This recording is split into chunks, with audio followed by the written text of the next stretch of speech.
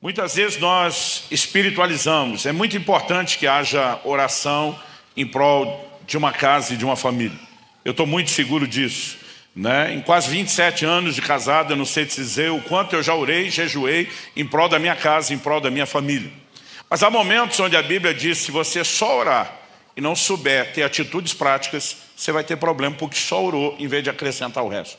Por exemplo, em 1 Coríntios, no capítulo 7, no versículo 5, Paulo fala do casal, dá uma pausa no momento, né, de intimidade física, de comum acordo, e diz, por um pequeno período de tempo, a fim de se dedicar à oração. Ele diz, se não houver comum acordo, se o prazo não for pequeno, e alguém de forma unilateral, sem acordo, no período prolongado, se dedicar à oração, ele termina dizendo, Satanás vai tentar vocês por causa da incontinência, a falta de controle sobre o desejo. Eu nunca imaginei que a Bíblia falaria que se você só orar e não cuidar de questões práticas, o diabo pode entrar por excesso de oração, não pela falta. Então, é óbvio que eu não estou diminuindo aqui a parte espiritual e a importância da oração, mas nós precisamos entender que a Bíblia trata com o ser humano como um ser integral. Não apenas espírito, mas também alma, emoções e também corpo. E nós temos orientações muito práticas e objetivas da Escritura sobre viver em família. Eu quero abordar um elemento hoje que para mim é dos mais importantes, não apenas na resolução, mas na prevenção de conflitos, que se chama o diálogo, a comunicação. O tema da minha mensagem hoje, eu vou pegar emprestado um ditado popular, conversando a gente se entende. Atos capítulo 11, a partir do verso 1 ao 18 diz, chegou ao conhecimento dos apóstolos e dos irmãos que estavam na Judéia, que também os gentios haviam recebido a palavra de Deus. Quando Pedro subiu a Jerusalém, os que eram da circuncisão o arguiram, dizendo, entraste em casa de homens incircuncisos e comeste com eles. Então Pedro passou a fazer-lhes uma exposição por ordem, dizendo, eu estava na cidade de Jope orando e num êxtase tive uma visão em que observei descer um objeto como se fosse um grande lençol baixado do céu pelas quatro pontas e vindo até perto de mim. E fitando para dentro dele os olhos, vi quadrúpedes da terra, feras, répteis e aves do céu. Ouvi também uma voz que me dizia, levanta-te, Pedro, mata e come. Ao que eu respondi, de modo nenhum, Senhor, porque jamais entrou em minha boca qualquer coisa comum ou imunda. Segunda vez falou a voz do céu, ao que Deus purificou, não consideres comum. Isso sucedeu por 3 vezes e de novo tudo se recolheu para o céu. Eis que na mesma hora pararam junto da casa em que estávamos 3 homens enviados de Cesareia para se encontrarem comigo. Então o Espírito me disse que eu fosse com eles sem hesitar. Foram comigo também esses 6 irmãos e entramos na casa daquele homem. Ele nos contou como vira o anjo em pé em sua casa e que lhe disseram, envia a Jope e manda chamar Simão por sobrenome Pedro, o qual te dirá palavras mediante as quais será salvo tu e toda a tua casa. Quando porém comecei a falar, caiu o Espírito Santo sobre eles, como também sobre nós no princípio. Então me lembrei da palavra do Senhor quando disse, João na verdade batizou com água, mas vós sereis batizados com o Espírito Santo. Pois se Deus lhes concedeu o mesmo dom que a nós nos outorgou quando cremos no Senhor Jesus, quem era eu para que pudesse resistir a Deus? Verso 18 diz, e ouvindo eles essas coisas, apaziguaram-se e glorificaram a Deus, dizendo, logo também aos gentios foi por Deus concedido o arrependimento para a vida. Bom, esse capítulo 11, obviamente faz muito mais sentido depois que você já leu o 10. No entanto, essa experiência é resumida por Pedro aqui no relato.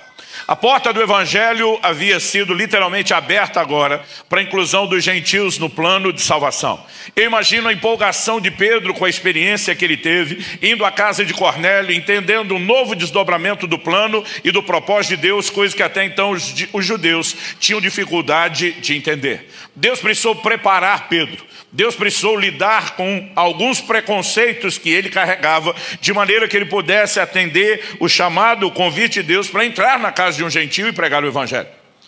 Mas a notícia chega em Jerusalém antes do próprio Pedro. E quando a notícia chega, a confusão estava feita. Quando Pedro chega, uma boa parte daquela turma já estava com pedra nas mãos, esperando ele chegar. E a Escritura diz que o arguiram. Outras traduções dizem o criticaram. Essa palavra, ela tem um significado amplo, mas ela fala de discriminar, né? Ela fala de decidir uma disputa, fala de briga, de tentar julgar alguém, fala de lutar, de contender, de se opor. Nós não sabemos qual foi o nível da confusão, mas obviamente ela estava instalada. E quando Pedro chega e encontra aquele clima, aquele ambiente, nós percebemos desse texto algumas verdades importantes que eu quero apresentar para você. Em primeiro lugar, Pedro entendeu que é melhor explicar seu ponto de vista em vez de atacar de volta. Ele poderia simplesmente ter ido para cima daquela turma com tudo, né? Vocês são um bando de doido, de maluco, ou de invejoso, né? Ou de gente ignorante, sem entendimento. Quando Deus está fazendo algo extraordinário, em vez de cooperar, de celebrar, vocês estão se opondo. Mas Pedro simplesmente, em vez de atacar, ele ergue a mãozinha e diz: posso falar? E o interessante é que o texto mostra aqui, versículo 4, que ele fez uma exposição por ordem. Ele conta tudo, ele conta todos os detalhes. E a outra lição que eu aprendo com Pedro é que ser claro e objetivo ajuda. Ele se explica, ele não apenas explica o ponto de vista. E, em terceiro lugar, observando a atitude de Pedro, algo que eu tenho aprendido e tem me ajudado: mantenha-se positivo. Isso não precisa ser um problema. Pode ser contornado, pode ser resolvido.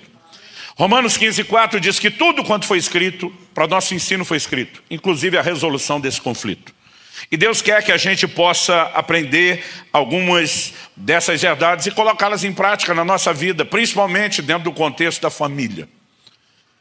E a primeira coisa que eu queria destacar é a importância de explicar os diferentes pontos de vista. Normalmente nós não temos a capacidade de enxergar o quadro todo. Nós simplesmente conseguimos enxergar partes, pedaços, e fazemos juízos em cima de uma visão que nem sempre é completa, que nem sempre tem toda a informação, que nem sempre tem todos os detalhes. E comunicar não significa necessariamente brigar.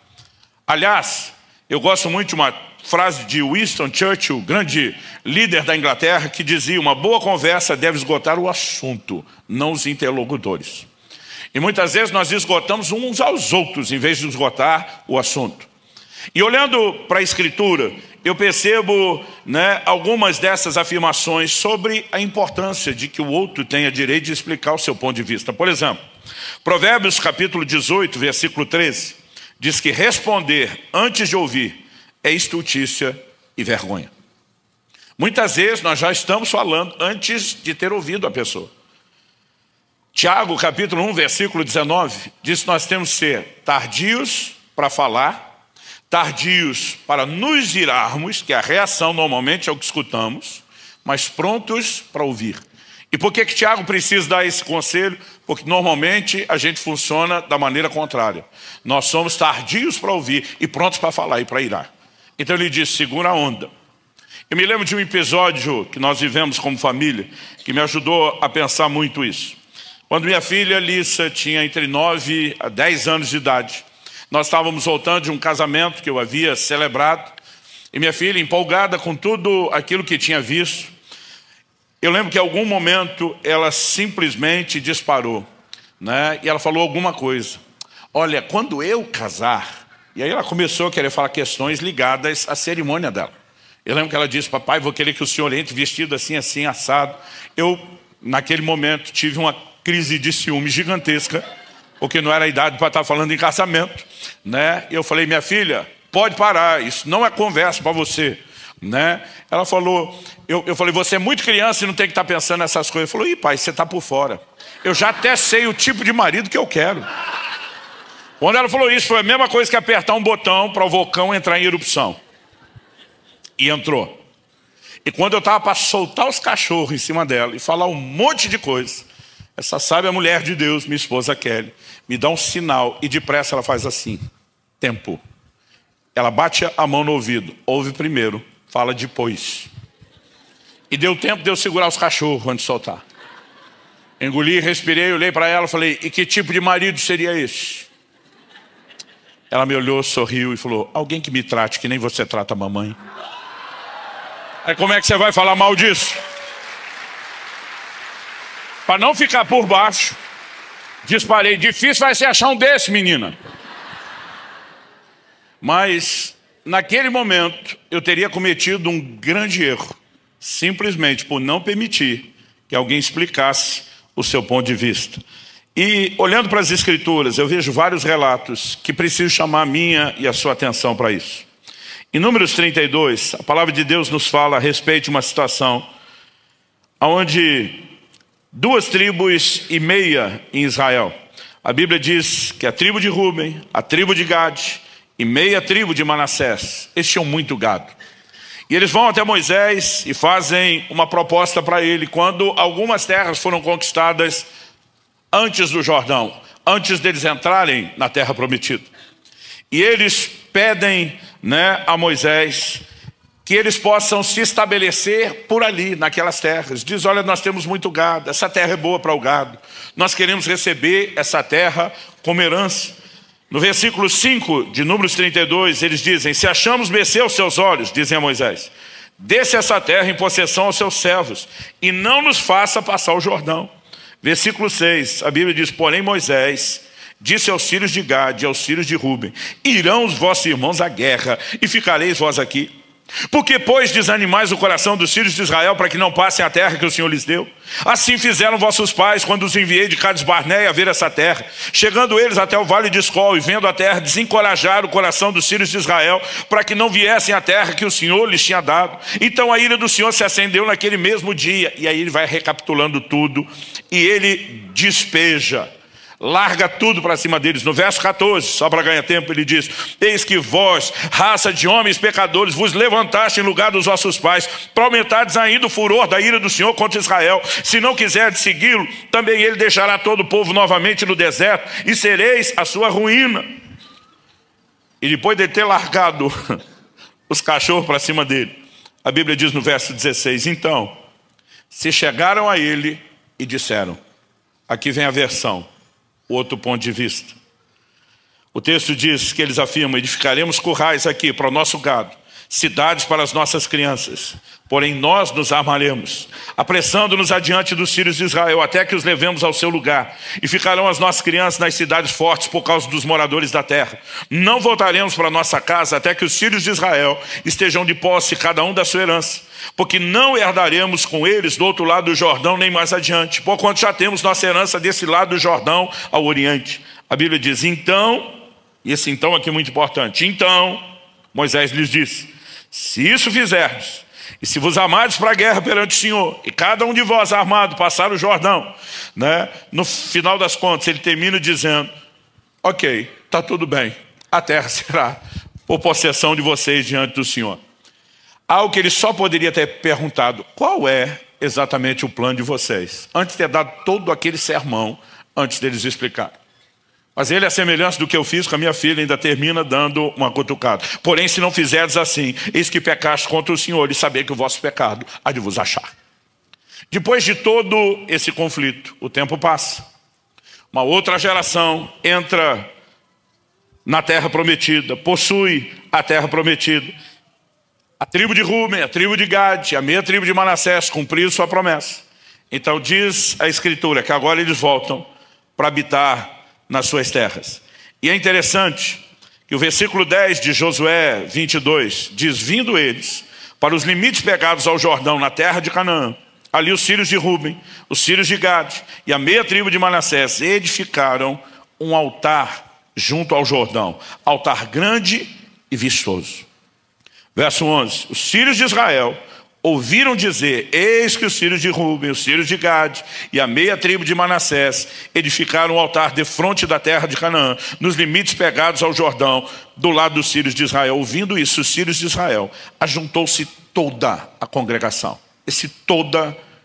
Nós estamos falando de uma nação se reunindo. Ajuntou-se toda a congregação dos filhos de Israel em Siló para saírem à peleja contra eles.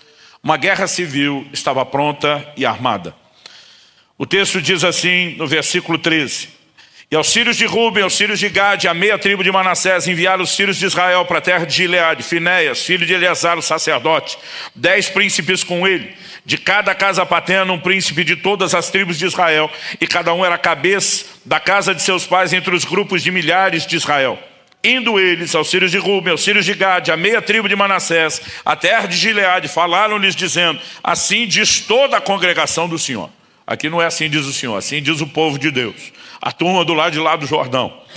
Que infidelidade é essa que cometesse hoje contra o Deus de Israel, deixando hoje de seguir o Senhor, edificando-vos um altar para vos rebelares contra o Senhor? Acaso não nos bastou a iniquidade e peor de que até hoje ainda não estamos purificados, posto que houve praga na congregação do Senhor, para que hoje abandoneis o Senhor? Se hoje vos rebelais contra o Senhor, amanhã se irá contra toda a congregação de Israel.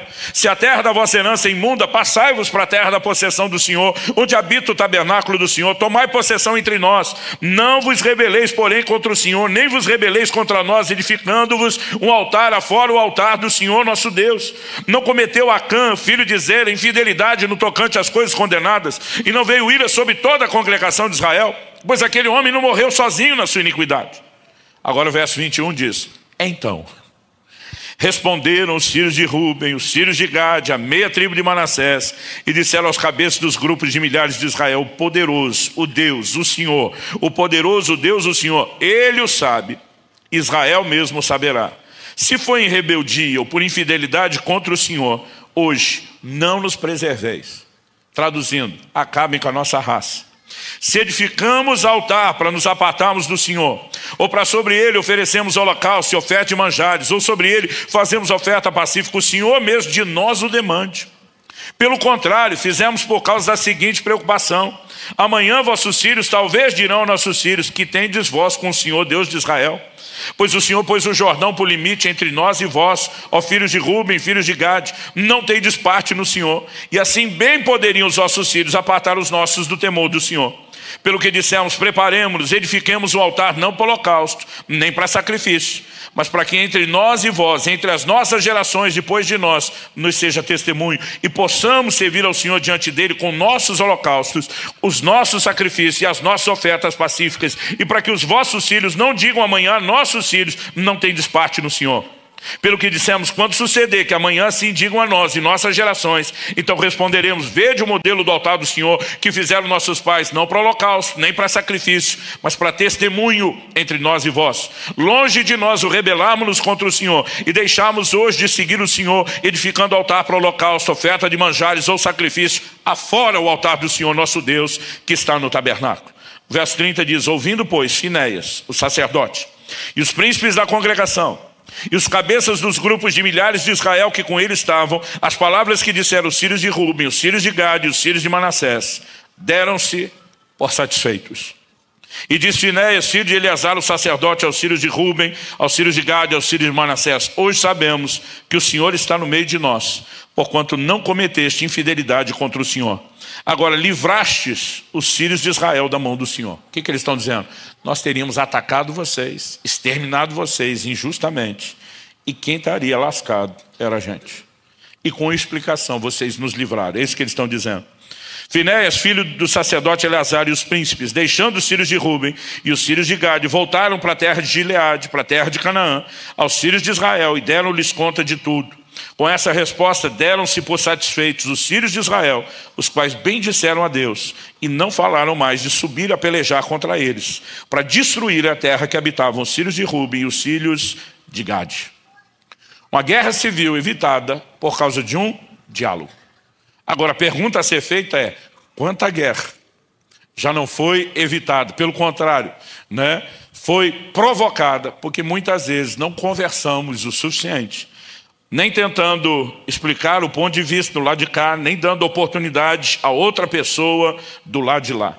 Não existe comunicação que seja completa, que seja efetiva, que seja eficaz, sem que a gente possa expor os detalhes de cada parte. A segunda coisa que eu quero chamar a sua atenção é que uma comunicação, ela não é baseada somente naquilo que você acha que está falando. Existe um outro aspecto que não é apenas o racional. Muitas vezes nós pensamos: se eu falar exatamente essa palavra, ele vai entender exatamente isso. E às vezes você olha e diz: como que algo tão diferente pode ser entendido? Porque na comunicação existe um outro aspecto, que eu quero chamá-lo de o aspecto emocional. Então deixe-me te dar um exemplo bíblico de uma situação como essa. No livro de Juízes, no capítulo 19, a Bíblia diz, do versículo 1 até o versículo 3, o seguinte: Naqueles dias em que não havia rei em Israel, houve um homem levita que, peregrinando nos longes da região montanhosa de Efraim, tomou para si uma concubina de Belém de Judá. Porém ela, aborrecendo-se dele, o deixou, tornou para a casa de seu pai em Belém de Judá, e lá esteve os dias de uns 4 meses. Pensa na briga boa. A mulher, estou indo para a casa de papai. E 4 meses depois eles ainda não se falaram. Verso 3 diz: seu marido, tendo consigo o seu servo e 2 jumentos, levantou-se e foi após ela para falar-lhe ao coração, a fim de tornar a trazê-lo. Muitas traduções mais recentes, as chamadas traduções, por equivalência, não por literalidade, apenas diz que esse camarada foi convencê-la a voltar. A Nova Almeida Atualizada, que é uma dessas traduções que fala de que ele foi convencê-la a voltar, traz uma nota de rodapé e diz que essa expressão literalmente é para falar ao coração dela. Ele percebeu qualquer tentativa de falar de mente para mente, de discutir argumentos, não funcionava. Agora, 4 meses depois, esse camarada vai lá, com o coração quebrantado, tentando criar uma conexão com o coração dela. E a conversa parece ter surtido resultado, porque ela o recebe na casa do pai, ficam alguns dias, ela aceita voltar com ele para casa. E a partir desse texto, um dia Deus começou a chamar a minha atenção para esse aspecto emocional na comunicação. Muitas vezes nós deduzimos que o outro entende a nossa dor, sem que sequer a gente tenha explicado. Muitas vezes nós não conseguimos comunicar nem o aspecto racional, muitas vezes o que dizer, o lado emocional. Isso acaba gerando confusão. Outro exemplo bíblico para mim, está lá em Gênesis, no capítulo 21, nos versículos 25 e 26. A Escritura Sagrada diz assim: Abraão repreendeu Abimeleque por causa de um poço de água que os servos deste haviam tomado à força. Abimeleque disse, verso 26, não sei quem fez isso. Além do mais, você nunca me falou nada, e eu não tinha ouvido nada a respeito, a não ser hoje. Ele está dizendo, durante todo esse tempo, você nunca me falou do problema. Eu não faço ideia de quem fez isso, você nunca me comunicou, e agora, de repente, você resolve tocar no assunto, já disparando para cima de mim. Eu não sei você, mas isso me traz flashes de muitos eventos familiares. E eu gostaria de dar uma palavra em especial para vocês, mulheres. Eu não sei se vocês sabem, mas nós, os homens, comparados a vocês, temos um retardo mental. Não, é sério. Pesquisas científicas dizem que a parte do cérebro que comanda a fala, a parte da comunicação na mulher, chega a ser de 4 a 6 vezes mais desenvolvida que a do homem. Então, quando seu marido falar que você fala muito, diz para ele, querido, nós dois sabemos que, cientificamente falando, você é que tem um retardo mental. Mas a verdade é que o homem já tem mais dificuldade para falar. E aí, às vezes, esse homem limitado chega para você, minha querida irmã, e percebe que você não está legal com ele. Aí ele faz a pergunta, fiz alguma coisa de errado? E você, em vez de dizer, que bom que você tocou no assunto e podemos conversar, você diz, se não sabe o que fez, está pior do que eu imagino. Como é que vai resolver alguma coisa? Mas muitas vezes nós não percebemos o quanto o aspecto emocional atrapalha. Tem gente aborrecidíssima, deduzindo que o outro sabe. E até uma tentativa de comunicar isso pode ser um motivo para outro tipo de problema. De repente a pessoa ainda é culpada de não ter adivinhado. Nós precisamos ter cuidado quando falamos desse aspecto emocional. Gênesis, no capítulo 34, nos versos 30 e 31, me dá outro exemplo desse tipo de comunicação truncada. A Bíblia diz que quando Jacó chega com a sua família em Siquém, voltando agora para a terra de Canaã, ele se estabelece em Siquém.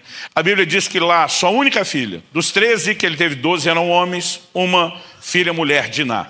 Sua filha Diná foi violentada por um dos príncipes de Siquém. Seus irmãos, os irmãos de Diná, quando ouvem isso, eles ficaram aborrecidíssimos. E a Bíblia diz que eles armaram um esquema para se vingar. A Bíblia diz que esse jovem, Siquém, que tinha o mesmo nome do lugar, ele ficou apaixonado por Diná e queria se casar com ela. E os pais, e os líderes de Siquém vêm interceder por isso. E a Bíblia diz que os filhos de Jacó agiram com astúcia. Em especial, 2 dos 3 mais velhos disseram, olha, nós não podemos entregar nossa irmã em casamento para pessoas que, como nós, que não sejam como nós, circuncidados. E eles disseram, se quiser levar essa história adiante, só tem um jeito. Não é apenas o futuro marido. Todos vocês têm que se circuncidar. A Bíblia diz que convenceram eles. E esse rapaz estava apaixonado, insistiu o pai, convença todo mundo. E a cidade inteira, todos os homens, decidiram passar pelo rito de circuncisão. Gente, o sistema era bruto. A circuncisão da época é o que hoje seria chamado cirurgia de fimose. É o corte do prepúcio, a carne excedente do pênis, o órgão reprodutor masculino. A questão é que não tinha anestesia, não tinha analgésico, não tinha antibiótico, não tinha anti-inflamatório e não tinha bisturi. Deus disse para Josué circuncidar o povo e disse, faze facas de pederneira, faca de pedra. O sistema era bruto. A Bíblia diz que no terceiro dia, quando estavam no auge da dor, ou seja, todo mundo inflamado, incapacitado de andar ou de reagir, a Bíblia diz que Simeão e Levi, que estavam depois de Rúben, eram os mais velhos, passam a mão em espadas. E eles saem executando todos os homens da cidade que não conseguem lutar ou se defender. Quando Jacó descobre o que é que eles fizeram, versículo 30 diz, então Jacó disse a Simeão e a Levi, vocês me criaram um problema e me fizeram odioso entre os moradores dessa terra, entre os cananeus e os cerezeus. Como somos pouca gente, eles se reunirão contra mim, serei destruído, eu e minha casa.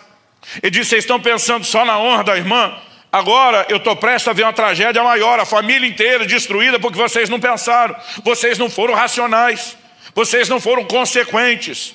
Por causa do que vocês fizeram, agora os cananeus todos vão se unir contra a gente.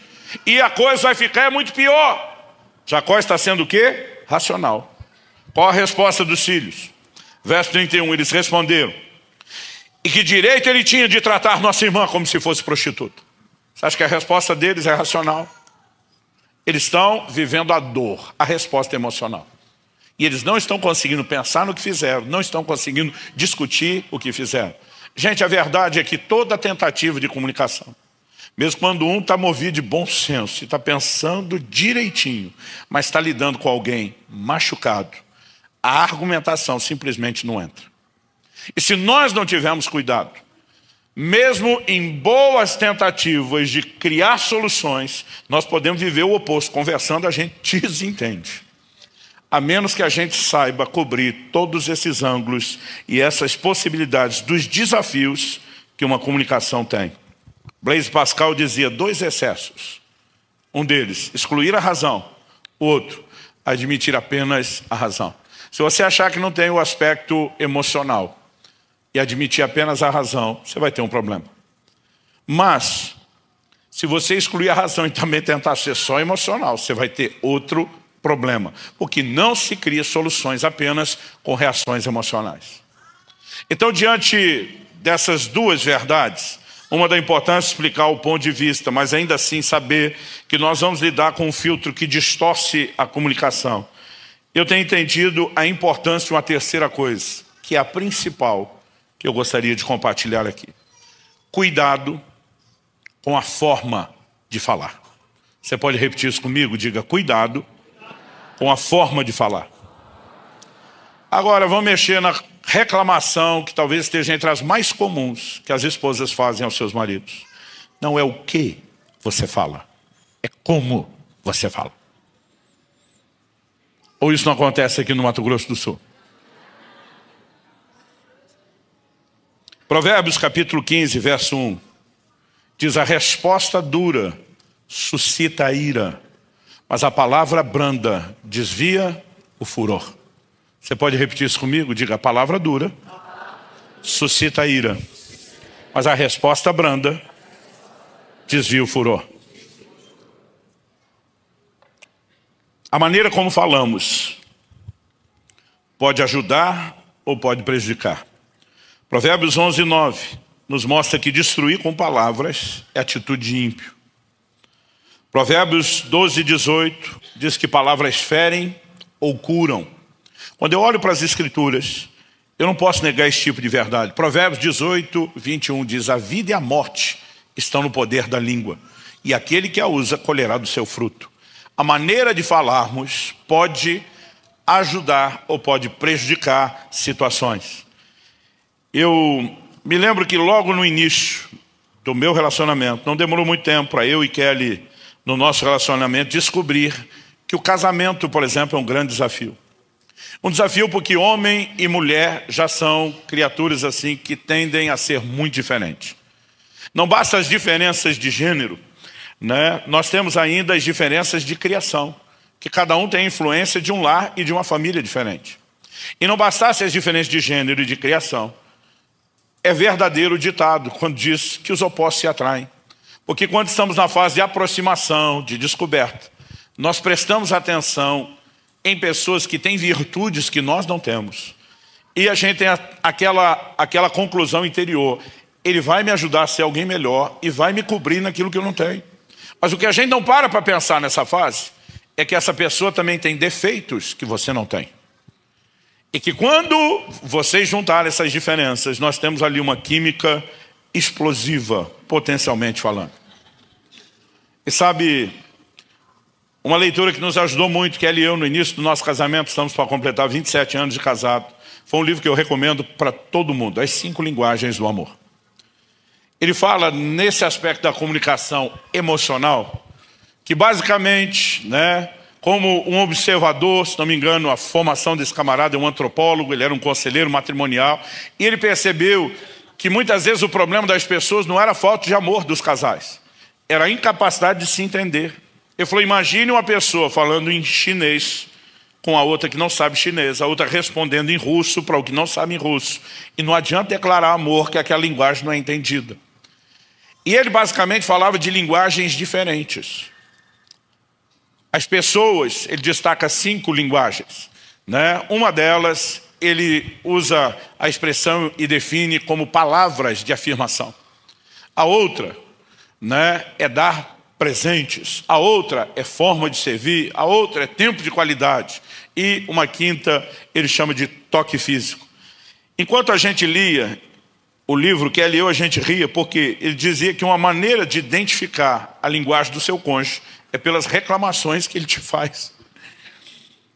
E a gente conseguiu rapidinho identificar não só a nossa linguagem, mas a linguagem do outro. E eu descobri, lendo aquele livro, que a linguagem de amor da minha esposa era palavras de afirmação. E eu ficava me perguntando como alguém pode ser tão afetado, né, por um elogio ou por uma crítica. Porque eu, particularmente, sou aquele tipo de pessoa que o seu elogio não me faz sentir melhor, sua crítica não me faz sentir pior. Mas eu lembro quando Kelly estava terminando a faculdade dela, na área de pedagogia, ela, naquela época, não chamava TCC, como era o nome, Kelly? Monografia, né? O trabalho de conclusão. E ela tinha que fazer a monografia. Eu brinco que eu merecia um diploma, porque eu fiz faculdade com ela. Ela chegava em casa e me contava as aulas. Tanto as que gostou como as que não gostou, né? Ela compartilhava os trabalhos que ia fazer e às vezes eu participava de algumas dessas questões. Ela falava empolgada de alguns livros que eu acabava lendo, né? E eu falei para ela, mesmo nunca pisando na sala, eu merecia um diploma. E aí quando ela decidiu fazer aquele trabalho, eu fiquei empolgado, porque na minha opinião ela escolheu o melhor assunto, ela tinha a melhor amostragem de campo, ela tinha as melhores literaturas e tinha uma das melhores pessoas. Quem é o nome daquela pessoa que acompanha? Não é supervisor, orientador. E, por alguma razão, minha esposa se sentia bloqueada e não estava conseguindo escrever, e o prazo estava terminando. E um dia ela abre o coração comigo, desanimada: eu não consigo fazer isso, não vai dar tempo. Eu falei: amor, eu não estou te entendendo. Eu falei: fala sério, você é uma comunicadora incrível. Você desde criança sabe que as professoras te elogiam, que as suas apresentações são top. No curso todo mundo fala isso. Ou seja, você não tem dificuldade nenhuma. Você pegou o melhor assunto possível. Fala sério. Aquelas outras opções, conversei, né, sobre ela. Falei: quem tem a melhor amostragem de campo é você. E a sua equipe a sua pesquisa foi melhor ainda do que sugeriram por causa disso, daquilo. Falei: você tem uma orientadora fantástica. Você isso aqui. Gente, enquanto eu falava, minha mulher foi se transformando. Ela foi estufando o peito. De repente ela deu um sinal assim para mim: para, tá bom. E ela sentou no computador. Ela levanta 4 horas depois com a monografia completa. Eu fiquei olhando e falei: o que é isso? Palavras de afirmação. O que eu demorei para descobrir que para quem fala essa linguagem, a crítica tem o efeito inverso. E eu sempre me orgulhei de ser honesto, tanto para elogiar quanto para criticar.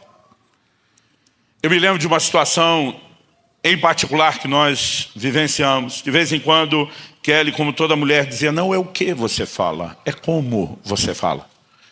E eu comecei a discutir esse assunto com ela. Isso virou assim provocação entre nós. Eu dizia, então tá, se eu xingar você num tom de voz bem doce, tá tudo bem? Claro que não. Eu dizia, então, não é como eu falo, o que eu falo também está no pacote. E a gente ficou nessa discussão por muito tempo. Não era uma discussão de briga, mas era aquela queda de braço, quem vai ganhar a argumentação. Eu lembro que um dia nós fomos fazer uma visita pastoral, e o dono da casa abriu o portão para a gente entrar, depois de termos interfonado. E quando ele abriu o portão, fugiu de dentro de casa um filhotinho do cachorrinho, uma bola de pelo lindinha. E ela saiu e disse, segura, segura. Eu fui lá, né, para não deixar o cachorro ir para a rua. E como estava longe do dono da casa, eu abaixei, mas que ele estava perto. Eu dizia, você é um cãozinho tão estúpido, que estava querendo ir para a rua e ser atropelado, porque você é tão burrinho e desinformado. E quando eu comecei com isso, aquele do meu lado, pode parar que eu estou entendendo. Eu levantei, antes mesmo de entrar para fazer a visita, falei, amor, não é como fala, é o que fala. E a gente ficou nessa discussão um tempão. Mas um dia, eu estava lendo a Sagrada Escritura. No livro de Colossenses, no capítulo 4. E no versículo 6. E eu percebi que a Bíblia diz assim, que a palavra dita por vocês seja sempre, diga comigo, sempre. Deus diz que a palavra dita por vocês seja sempre agradável, temperada com sal, para que saibam como deve responder a cada um. Naquele dia eu falei, é lógico que o que vai fazer parte do tempero e de ser ou não ser agradável. Mas o como é um elemento importante. E nós chegamos a uma conclusão. Não é nem só o que e nem só o como. É uma mistura das duas coisas. Então eu falei para ela, a minha dificuldade é o como falar, não é o que. Falei, a sua dificuldade não é o como, porque você é bem gentil. Mas às vezes você é gentil, vem que nem a ninja, rasgando e estripando tudo. Eu falei, então, vamos nos esforçar para ajudar uns aos outros, um ao outro. E foi uma coisa assim que nos ajudou. Mas, apesar de ter entendido isso e ter começado a me esforçar, eu lembro de uma ocasião que Kelly tomou uma decisão num dos ministérios da igreja que ela cuidava. E ela decidiu rápido, não pensou muito, não conversou nem comigo nem com a equipe. Mas ao tomar a solução para o departamento dela, ela criou alguns problemas para vários outros departamentos. E nós estávamos indo para a reunião, eu falei, meu amor, daqui a pouco nós vamos reunir toda a equipe pastoral. E eu preciso mexer naquilo que você fez. Eu não posso fazer vista grossa. Eu quero que você lembre que quando nós estivermos conversando lá, eu não estou falando com a minha esposa, estou tratando com o membro da equipe, como eu faria com qualquer outro. Não leve no pessoal, mas eu vou ter que mexer nisso. Eu falei, eu sei o quanto você fez isso de bom coração, de boa vontade, mas eu tenho que conversar. Ela falou, olha, você falando assim antes, me preparando ajuda muito. Ela falou, aliás, eu queria te dar uma dica. Sempre que você precisar chamar minha atenção, que você faça isso, seja como marido, como pastor, como líder da equipe. Mas ela disse, sabe o que me ajudaria? É se primeiro, antes de me dar uma bronca, se você me elogiasse. Quando ela falou isso, eu já azedei. Falei, não me peça para praticar essa psicologia barata. Falei, eu te elogio o tempo todo e eu não equilibro o elogio botando crítica. 97 ou 98, se não for mais, % das vezes do tempo eu só estou te elogiando. Na hora que tiver que criticar, eu vou corrigir, né? Não me peça para misturar as coisas. Ela sabiamente só fez assim. Tipo, não vamos conversar. Mas ela sabiamente foi por disque denúncia. Entrou no quarto, fechou a porta, falou com Deus. Se não me engano, foi algo mais ou menos nesse teor. Meu Deus, eu não sabia que eu tinha que ter feito direito e ter me preparado para debates no casamento. Eu não tenho argumentação para vencer meu marido, mas eu sei, e o senhor sabe, que eu não estou totalmente errado, ainda que eu não saiba me explicar. Eu peço a sua ajuda. O senhor tem um poder de convencimento maior que o meu. Entregou o caso nas mãos do Todo-Poderoso e descansou nele em fé. Alguns dias depois, eu estava no meu quarto orando, naquele momento, quebrantado, facinho. Eu falei, Deus, estou aqui, pode pedir qualquer coisa. O Espírito Santo me disse, você me acusou de praticar psicologia barata. Eu falei, nunca. Eu falei, a única vez que eu falei isso na minha vida foi uns dias atrás para minha mulher, que queria que eu elogiasse ela antes de criticá-la.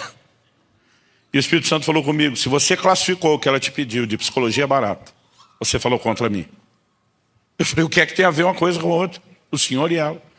Ele me disse, vai ler Apocalipse 2 e 3. As cartas às igrejas da Ásia. E quando eu fui ler, eu percebi pela primeira vez o que eu nunca tinha enxergado.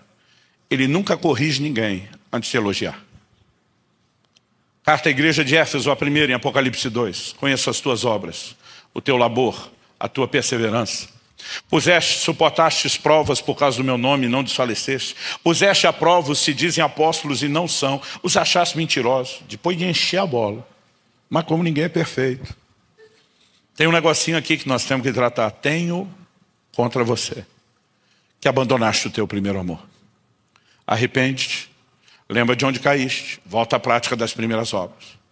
Mas para não fechar aí, elogia de novo. Mas também tens a teu favor que odeias as obras dos nicolaítas, as quais eu também odeio. O Senhor diz, isso não é psicologia barata. Isso é a capacidade de fazer uma diferenciação entre o que é apreciação e o que é auxílio através da correção. E diz, você nunca vai conectar ao coração, tentando ajudar com tons de reprovação. E eu falei para ele, o senhor está certo e eu estou errado. Pelo jeito minha mulher também estava certa e eu estou errado. E eu fui para ela e falei, meu amor, me perdoe, você estava certo, eu estava errado. Daqui para frente isso muda. E aí eu comecei a tratar a situação diferente. Às vezes eu chegava e dizia, meu amor, você é uma mulher incrível, fantástica, extraordinária. Eu me sinto como se tivesse ganhado na loteria. Eu fico pensando, só pode ser graça o que eu fiz para merecer alguém tão boa como você. Nem tanto. Falei, tá certo, nem tanto, que ninguém é perfeito. Tem uma coisinha ou outra que é um deslize. Porque ninguém é perfeito, mas perto do resto das imperfeitas, tu é melhor. Ela dizia, vai, manda, estou pronto. E nós começamos a ter conversas de outra qualidade. Um dia eu cheguei para elogiá-la, só porque eu queria elogiá-la. E depois de elogiar, ela falou, estou pronta, pode criticar. Falei, não, filha, não tem crítica nenhuma. Ah, não. Eu falei, se parecer que eu só estou elogiando de criticar, deu ruim. Mas sabe, o que é que nós começamos a aprender? Meu pastor, Ebiúber, chama isso de o fator sanduíche. E diz, a correção deveria ser algo semelhante a um hambúrguer, que você oferece sempre no meio de 2 metades de pão. E diz, o pão é apreciação. E diz, elogie antes e depois. Seja honesto, seja sincero. Não é para bajular, mas aprecie. E depois demonstrar que você realmente ama, reconhece, tem apreço, saiba colocar de forma precisa. Eu lembro que um dia perguntei para ele, falei, mas no meio das 2 metades de pão dá para servir um hambúrguer triplo? Uma correção tipo tripla. Ele falou, capricho no pão e no resto do recheio, tudo vai dar certo. À medida que eu e você cuidamos com a forma de falar... Quanto tempo eu tinha mesmo? O Assinha já deu, Assinha fica à vontade. O Assinha não quero falar nada, você decide. A gente está falando de comunicação, senão não se comunicar. Deixa eu dar só mais 2 exemplos bíblicos. E daqui a pouco vou descobrir se minha mulher quer falar alguma coisa a mais. No livro de Juízes nós temos uma diferença de comportamento que a Bíblia revela entre Gideão e Jefité. Juízes capítulo 8, do versículo 1 até o versículo 3, diz o seguinte. Depois da vitória de Gideão sobre os midianitas, de toda a intervenção de Deus, a Bíblia diz assim, então os homens de Efraim, guarde quem era essa turma, homens de Efraim, disseram a Gideão, que é isso que você fez conosco? Não nos chamando quando foi lutar contra os midianitas, e discutiram fortemente com ele. Porém ele lhes disse, que mais fiz eu agora do que vocês? Não é fato de que os poucos cachos de uvas deixados por Efraim são melhores do que toda a colheita de Abiezer? Deus entregou nas mãos de vocês os príncipes dos midianitas, Oreb e Zeeb. O que pude eu fazer em comparação com o que vocês fizeram? O texto diz assim: depois de ele dizer isso, abrandou-se a ira deles contra Gideão. Outra tradução diz: então com falar-lhes essa palavra, abrandou-se-lhes a ira para com ele. Gideão chamou os caras que acabaram não lutando. No final, quando a batalha está praticamente ganha, eles levantam só para fazer o momento final. E foram eles capturar os reis que estavam em fuga, porque eles não estavam no meio da batalha, por isso que conseguiram pegar os reis em fuga. Mas agora ainda chegam para Gideão, tentando culpá-lo, como se ele é que tivesse deixado eles de fora. Se fosse eu, teria ficado com muita raiva. Gideão, de forma sábia, simplesmente se humilhou. Em vez de dar uma palavra dura que suscita a ira, ele deu uma resposta branda. E disse: que é isso, gente? Vocês são os caras. A gente não teria feito o que fez sem a participação final de vocês. Vocês botaram a cerejinha em cima do chantilly. Vocês, estão de parabéns. E a Bíblia diz que simplesmente a ira deles se abrandou. O problema é que um pouco mais à frente, numa outra situação, agora envolvendo Jefité, Juízes capítulo 12, nos diz a partir do versículo 1, e depois que Jefité saiu à batalha e venceu, a Bíblia diz assim: então foram convocados os homens de Efraim. De novo quem? Os benditos efraimitas. E passaram para Zafon e disseram a Jefité: por que foste combater contra os sírios de Amon e não nos chamaste para ir contigo? A mesma conversa, gente. Agora estamos falando em outra geração. Aí ameaçaram ele: queimaremos a tua casa estando tu dentro dela. Verso 2, Jefité lhes disse: eu e meu povo tivemos grande contenda com os sírios de Amon. Chamei-vos e não me livraste das suas mãos. Vendo eu que não me livráveis, arrisquei minha vida, passei contra os sírios de Amon, e o Senhor os entregou nas minhas mãos. Por que, pois, subistes hoje contra mim para me combateres? Ajuntou Jefité todos os homens de Gileade e pelejou contra Efraim. E os homens de Gileade feriram Efraim, porque este dissera: fugitivos sois de Efraim, vós gileaditas que morais no meio de Efraim e Manassés. Bom, para resumir a história, o final do verso 6 diz: e caíram de Efraim naquele tempo 42 mil. Uma guerra civil com 42 mil mortos. Os efraimitas sendo efraimitas, como foram na época de Gideão. Fazem copo mole, depois vem reclamar que não foram chamados, um tom de ameaça. Gideão, quando deu uma resposta branda, resolveu a situação. Jefité diz: eu não levo desaforo para casa. E o tempo fechou, e toda essa situação foi criada. Onde eu e você entendemos de forma prática que isso se aplica à nossa vida, que se não tivermos cuidado na forma de falar, e a questão é, não importa se o outro está errado, para que piorar a situação? Quando alguém que chega errado com esse tipo de abordagem está trazendo perigo para a família, para os relacionamentos familiares, e você entra no jogo, você se tornou cúmplice. Nós precisamos ter muito cuidado e muita cautela, porque muita confusão, muita dor, muito problema desnecessário acontece só porque não estamos obedecendo às regras do manual do fabricante sobre como deveríamos nos relacionar e como deveríamos conversar. Quem está entendendo? Você recebe essa palavra? Meu amor, você que me ajudou tanto nisso, alguma coisa que eu esqueci de falar? Eu fui ótimo. Hoje, falando aqui, ou quando eu aprendi lá? Você quer falar alguma coisa que eu esqueci? Não, falei tudo mesmo, do jeito que você falaria. Eu gostaria que nós pudéssemos orar nesse momento, assentado mesmo, aí no seu lugar. Eu gostaria que talvez você pudesse questionar, perguntar ao Senhor: o que, diante daquilo que você ouviu, o que Ele está tentando trabalhar na sua própria vida? Talvez você seja aquele tipo de gente, aquele tipo de pessoa que precisa, de fato, aprender a explicar o ponto de vista. Ou talvez você seja alguém que precisa dar espaço ou facilitar para que outros o façam. Talvez você precise se questionar se o aspecto emocional vem sendo considerado. Seja no momento onde você entra nesse modo emocional de comunicação ou quando você não consegue conectar com alguém que entrou.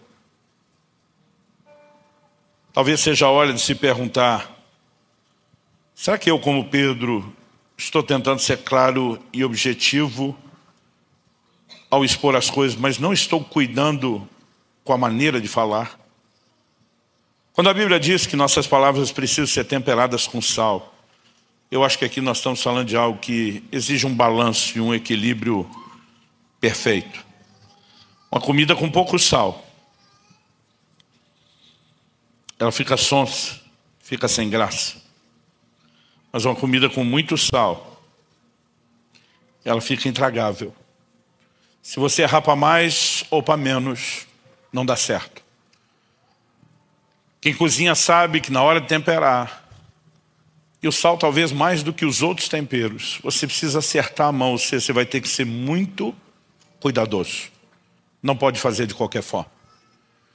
Isso envolve a forma de falarmos.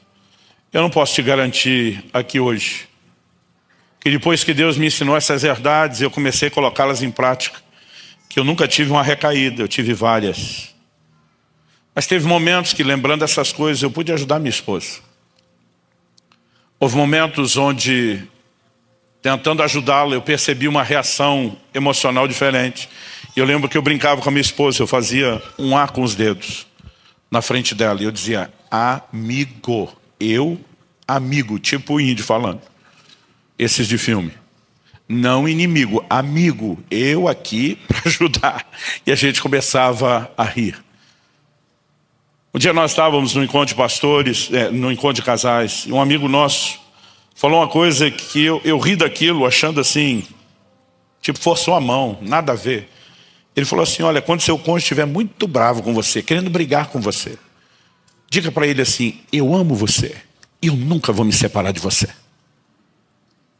Eu, na hora da minha cabeça, me armei todo o conto, falei, nada a ver, né? Mas eu lembro de um dia que nossa conversa estava acalorada, e a Kelly me interrompeu, e ela disse assim: deixa eu só te dizer uma coisa, eu amo você, e eu nunca vou me separar de você. Eu falei, também te amo, não vou separar, mas não é disso que nós estamos falando. Mas a hora que eu voltei, já não estava com a mesma força. Ela falou, é sério, eu amo você, e nunca vou me separar. Eu falei, também te amo, também não vou separar de você. Do que é que a gente estava falando mesmo? Se você cuidamos, não apenas em momentos como esse, mas volta e meia vamos ajustando. Não acredito que nenhum de nós arruma isso de forma completa da noite para o dia. Mas olhando para trás, ainda que a gente não tenha chegado ao lugar que deveria, porque tem espaço para melhorar, a gente percebe que muito conflito foi poupado, ou foi interrompido, ou depois de iniciado foi resolvido, porque começamos a ter mais cuidado com a forma de falar. Às vezes a hora de consertar poderia ter sido antes, mas tivemos que fazer isso depois, voltar e recolher, e dizer: a maneira como eu falei com você não foi correta. Às vezes eu dizia o que eu quis dizer, ainda estou tentando, mas a maneira não foi a certa, não foi a correta. E sabe, essas coisas realmente nos ajudam. Eu quero que você se pergunte, se questione diante de Deus. Estamos falando, não vale só para a família. Essas formas de comunicar vão te ajudar em qualquer ambiente, até no seu trabalho. Mas o foco da nossa aplicação é a nossa casa, porque queremos viver o melhor de Deus. Pai, nós suplicamos graça e favor. Graça e favor sobre cada um dos nossos irmãos e irmãs nesse lugar. Oramos que aquilo que o Senhor falou ao nosso coração possa acrescentar mais do que informação, possa nos levar a mais do que um momento de ponderação. Nós oramos por ajustes, por alinhamentos. Não são conselhos quaisquer, são orientações da Tua palavra que nós queremos absorver e colocar em prática, e precisamos de ajuda do alto para reprogramar nossa forma de pensar, de agir e de reagir. E nós suplicamos graça e favor. Oramos que nesses dias a mão do Senhor se estenda, a graça do Senhor seja derramada, o bálsamo do Senhor seja aplicado nos nossos corações, e que haja cura, que haja ajustes, que haja estímulo, que haja uma liberação de Deus sobre as nossas casas, sobre nossas vidas, não apenas no sentido pessoal, mas principalmente familiar. Colocamos diante do Senhor as nossas vidas e clamamos a liderança do Teu Espírito Santo para aplicarmos a palavra compartilhada. Nós oramos em nome de Jesus. Em nome de Jesus. E para a glória de Deus. Senhor, também te pedimos que não só aqui e agora, mas a partir de agora, que aquilo que o Senhor começou não seja interrompido, não seja abortado, não se perca, pelo contrário, cresça e progrida dentro. Cada me gusta, compartido y comentario tuyo no solo ayuda a que el video se difunda, sino que también es una pequeña acción con un gran impacto. Si la palabra de Dios ha tocado tu corazón, deja un amén y comparte tu experiencia de fe para construir juntos una comunidad de amor y esperanza. De cada de nós. Nós oramos em nome de Jesus. Clique e veja mais vídeos como esse. Cada me gusta, compartido y comentario tuyo no solo ayuda a que el video se difunda, sino que también es una pequeña acción con un gran impacto. Si la palabra de Dios ha tocado tu corazón, deja un amén y comparte tu experiencia de fe para construir juntos una comunidad de amor y esperanza.